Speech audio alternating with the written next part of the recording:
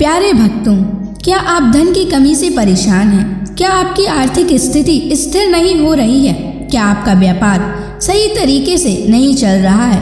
तो आज आप सही वीडियो पर आए हैं, क्योंकि आज हम आपको हनुमान जी का एक ऐसा चमत्कारी और प्रभावशाली मंत्र बताने जा रहे हैं, जिस मंत्र के प्रभाव से अचानक धन प्राप्ति के योग बनते हैं, व्यापार और नौकरी में सफलता मिलती है, घर परिवार में सुख समृद्धि का आगमन होता है। इसलिए प्यारे भक्तों, आप इस मंत्र का जाप नियमित 108 बार करें और पूरी श्रद्धा के साथ करें, क्योंकि इस मंत्र के जाप का फल आपको जल्द ही प्राप्त हो जाएगा।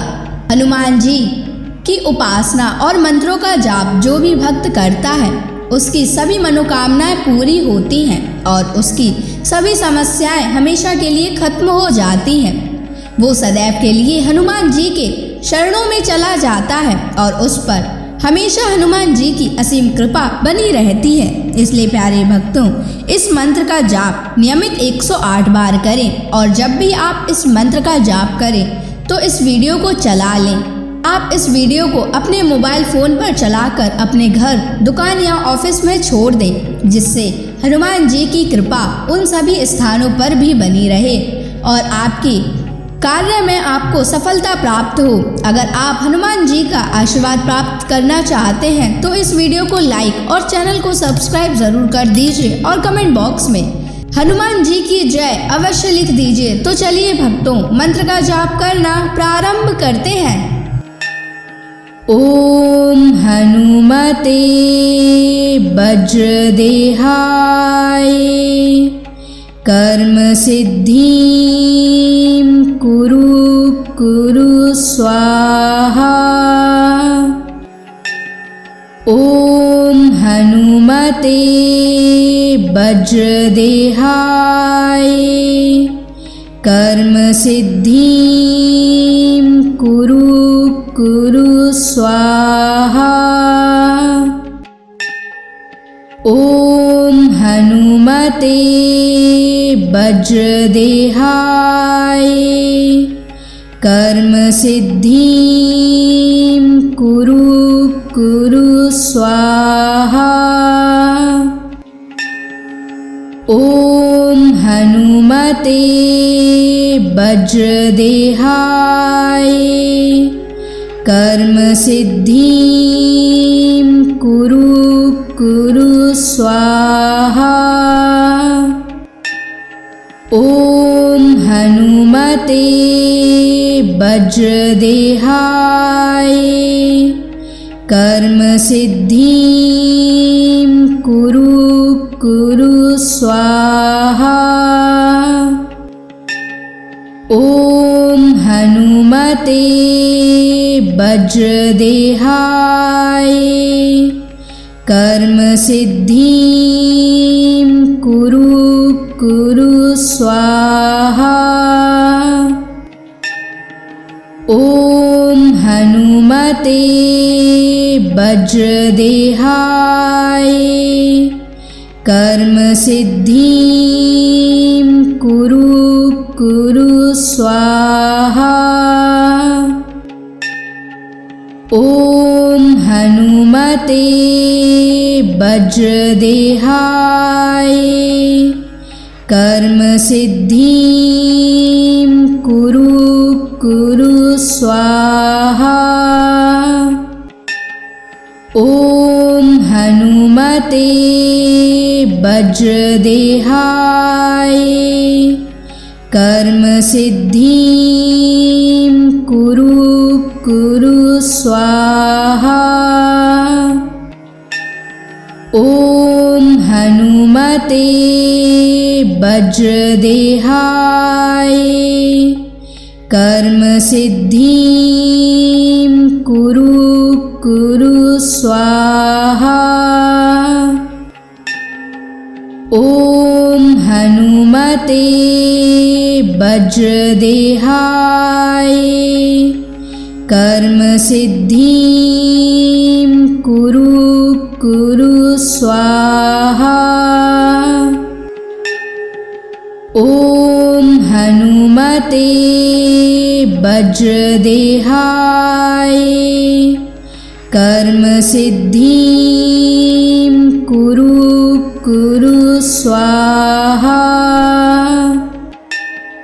ॐ हनुमते वज्रदेहाय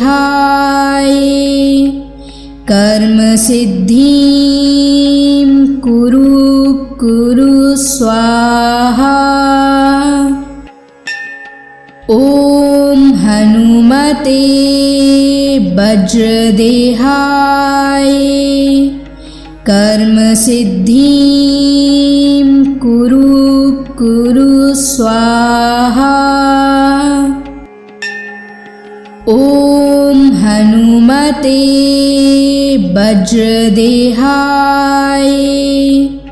कर्म सिद्धिं कुरु कुरु स्वाहा। ॐ हनुमते वज्रदेहाय कर्म सिद्धिं कुरु कुरु स्वाहा। ॐ हनुमते वज्रदेहाय कर्म सिद्धिं कुरु कुरु स्वाहा। ॐ हनुमते वज्रदेहाय कर्म सिद्धिं कुरु कुरु स्वाहा। ॐ हनुमते वज्रदेहाय कर्म सिद्धिं कुरु कुरु स्वाहा। ॐ हनुमते वज्रदेहाय कर्म सिद्धिं कुरु कुरु स्वाहा। ॐ हनुमते वज्रदेहाय कर्म सिद्धिं कुरु कुरु स्वाहा। ॐ हनुमते वज्रदेहाय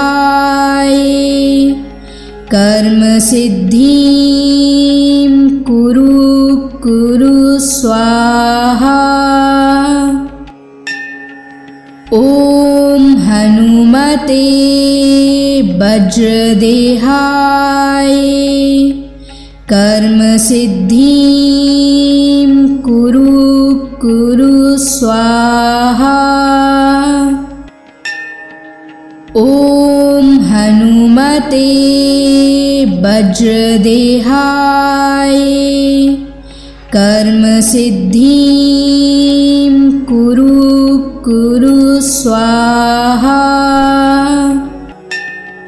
ॐ हनुमते वज्रदेहाय कर्म सिद्धिं कुरु कुरु स्वाहा। ॐ हनुमते वज्रदेहाय कर्म सिद्धिं कुरु कुरु स्वाहा। ॐ हनुमते वज्रदेहाय कर्म सिद्धिं कुरु कुरु स्वाहा। ॐ हनुमते वज्रदेहाय कर्म सिद्धिं कुरु कुरु स्वाहा। ॐ हनुमते वज्रदेहाय कर्म सिद्धिं कुरु कुरु स्वाहा। स्वाहा।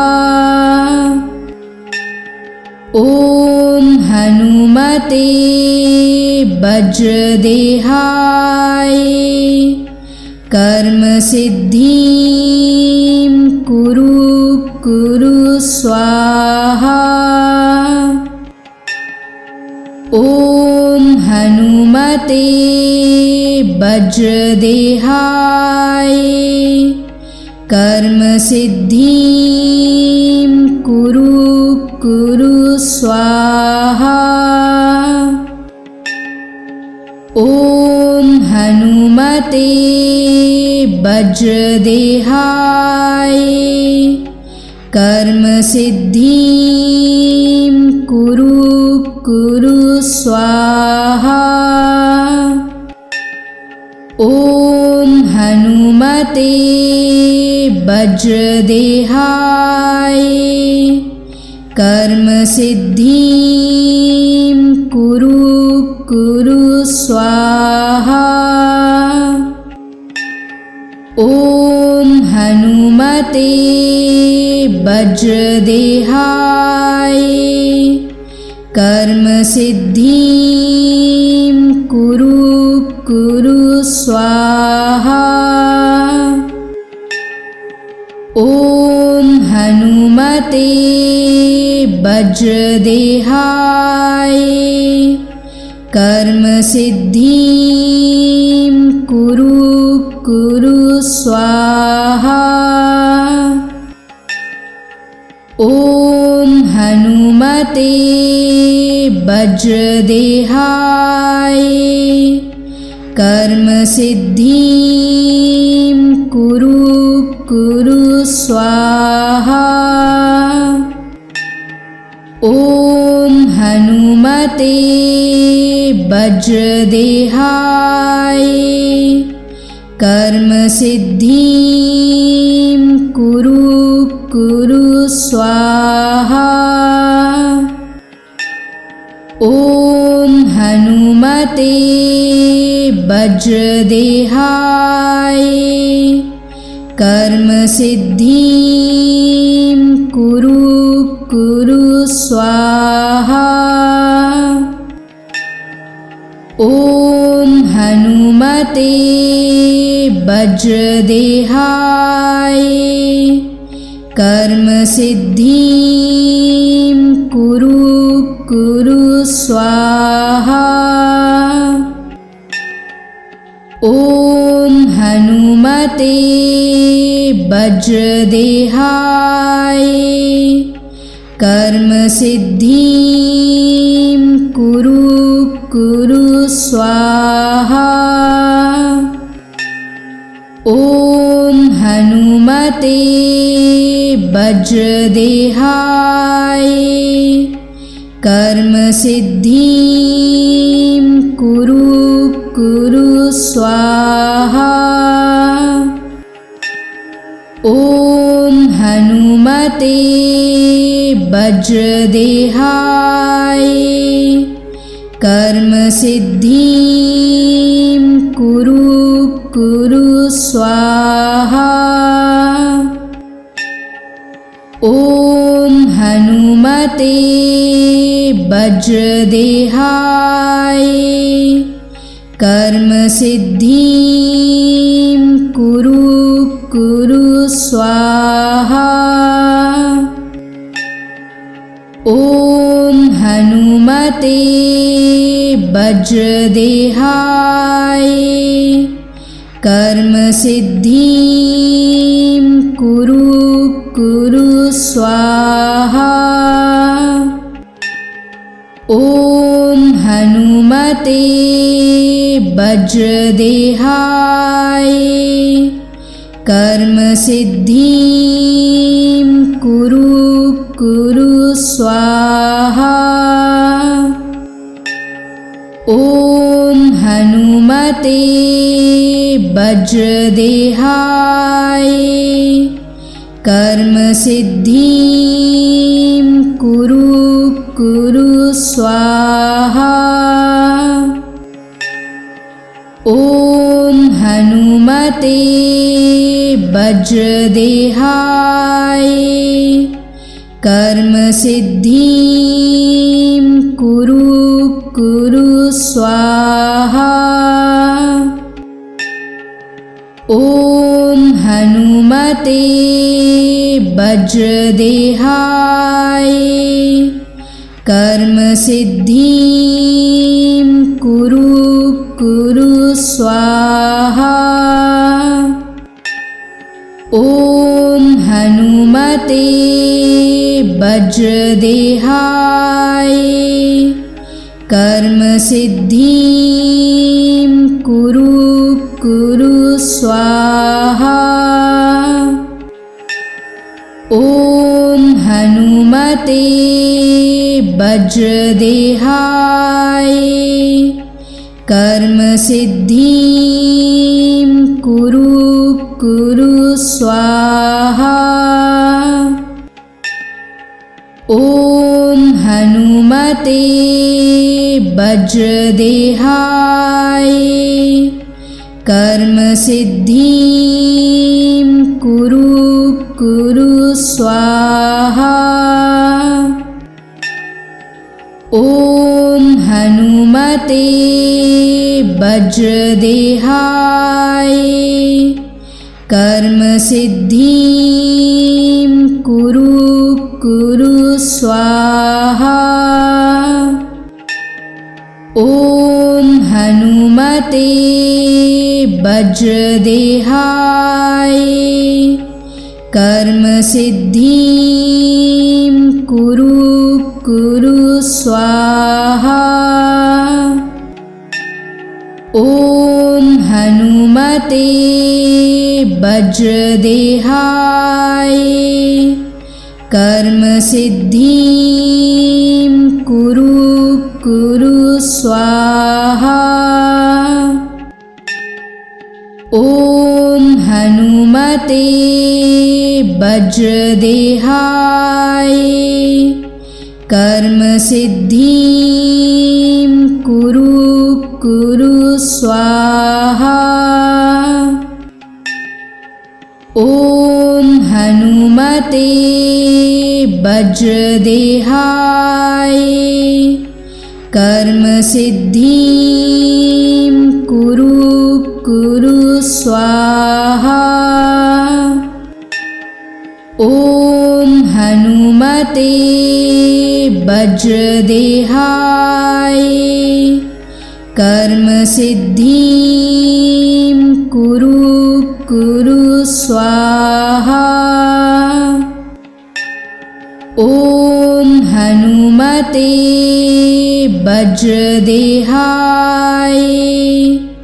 कर्म सिद्धिं कुरु कुरु स्वाहा। ॐ हनुमते वज्रदेहाय कर्म सिद्धिं कुरु कुरु स्वाहा।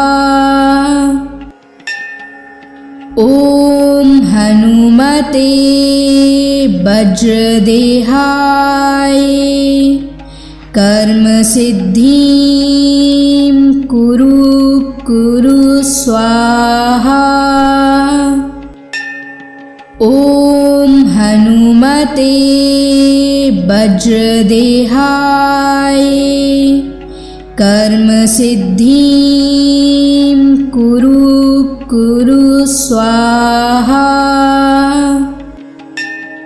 ॐ हनुमते वज्रदेहाय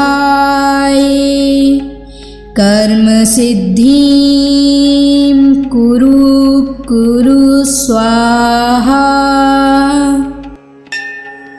ॐ हनुमते वज्रदेहाय कर्म सिद्धिं कुरु कुरु स्वाहा। ॐ हनुमते वज्रदेहाय कर्म सिद्धिं कुरु कुरु स्वाहा। ॐ हनुमते वज्रदेहाय कर्मसिद्धिं कुरु स्वाहा। ॐ हनुमते वज्रदेहाय कर्मसिद्धिं कुरु स्वाहा। ॐ हनुमते वज्रदेहाय कर्मसिद्धिं कुरु स्वाहा। ॐ हनुमते वज्रदेहाय कर्मसिद्धिं कुरु स्वाहा। ॐ हनुमते वज्रदेहाय कर्मसिद्धिं कुरु स्वाहा। ॐ हनुमते वज्रदेहाय कर्मसिद्धिं कुरु स्वाहा। ॐ हनुमते वज्रदेहाय कर्मसिद्धिं कुरु स्वाहा। ॐ हनुमते वज्रदेहाय कर्मसिद्धिं कुरु स्वाहा। ॐ हनुमते वज्रदेहाय कर्मसिद्धिं कुरु स्वाहा। ॐ हनुमते वज्रदेहाय कर्मसिद्धिं कुरु स्वाहा। ॐ हनुमते वज्रदेहाय कर्मसिद्धिं कुरु स्वाहा। ॐ हनुमते वज्रदेहाय कर्मसिद्धिं कुरु स्वाहा। ॐ हनुमते वज्रदेहाय कर्मसिद्धिं कुरु स्वाहा। ॐ हनुमते वज्रदेहाय कर्मसिद्धिं कुरु स्वाहा। ॐ हनुमते वज्रदेहाय कर्मसिद्धिं कुरु स्वाहा। ॐ हनुमते वज्रदेहाय कर्मसिद्धिं कुरु स्वाहा। ॐ हनुमते वज्रदेहाय कर्मसिद्धिं कुरु स्वाहा। ॐ हनुमते वज्रदेहाय कर्म सिद्धिं कुरु कुरु स्वाहा। ॐ हनुमते वज्रदेहाय कर्म सिद्धिं कुरु कुरु स्वाहा। ॐ हनुमते वज्रदेहाय कर्म सिद्धिं कुरु कुरु स्वाहा। ॐ हनुमते वज्रदेहाय कर्म सिद्धिं कुरु कुरु स्वाहा। ॐ हनुमते वज्रदेहाय कर्म सिद्धिं कुरु कुरु स्वाहा। ॐ हनुमते वज्रदेहाय कर्म सिद्धिं कुरु कुरु स्वाहा।